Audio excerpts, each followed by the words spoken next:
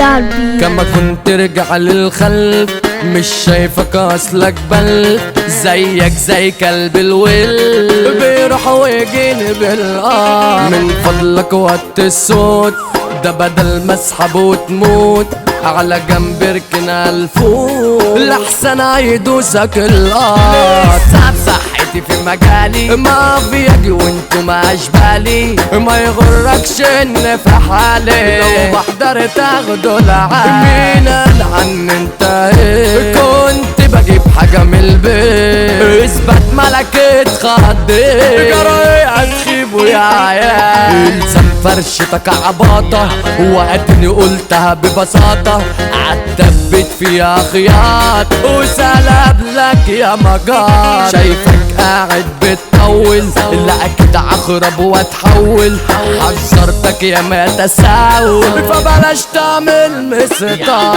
انا طالع على عنبرة اخصامي مساكم خرا شكلك هيكون مسخرة وانا قاعد اتسلى عليك ربع وعيال مسطولة فاكرين نفسهم بطولة لو ترجع بينا تفوت ولا كنا هنسمع عليك.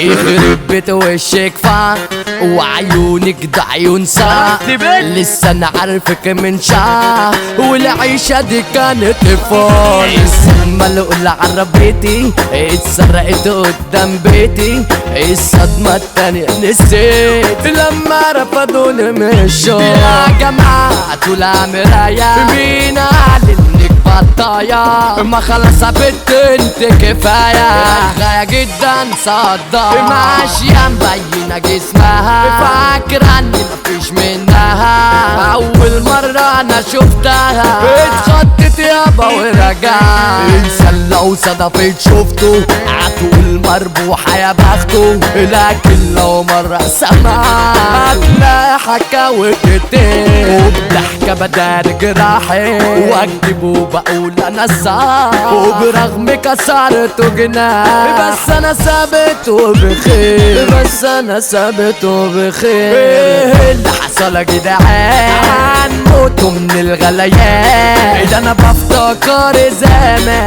مصروفي كان ربع جنيه كان بيكفيني بزيادة بيجيب كارت ولمبادة في الجيل ده ملوش فدا لو هدي الشحات يرميه.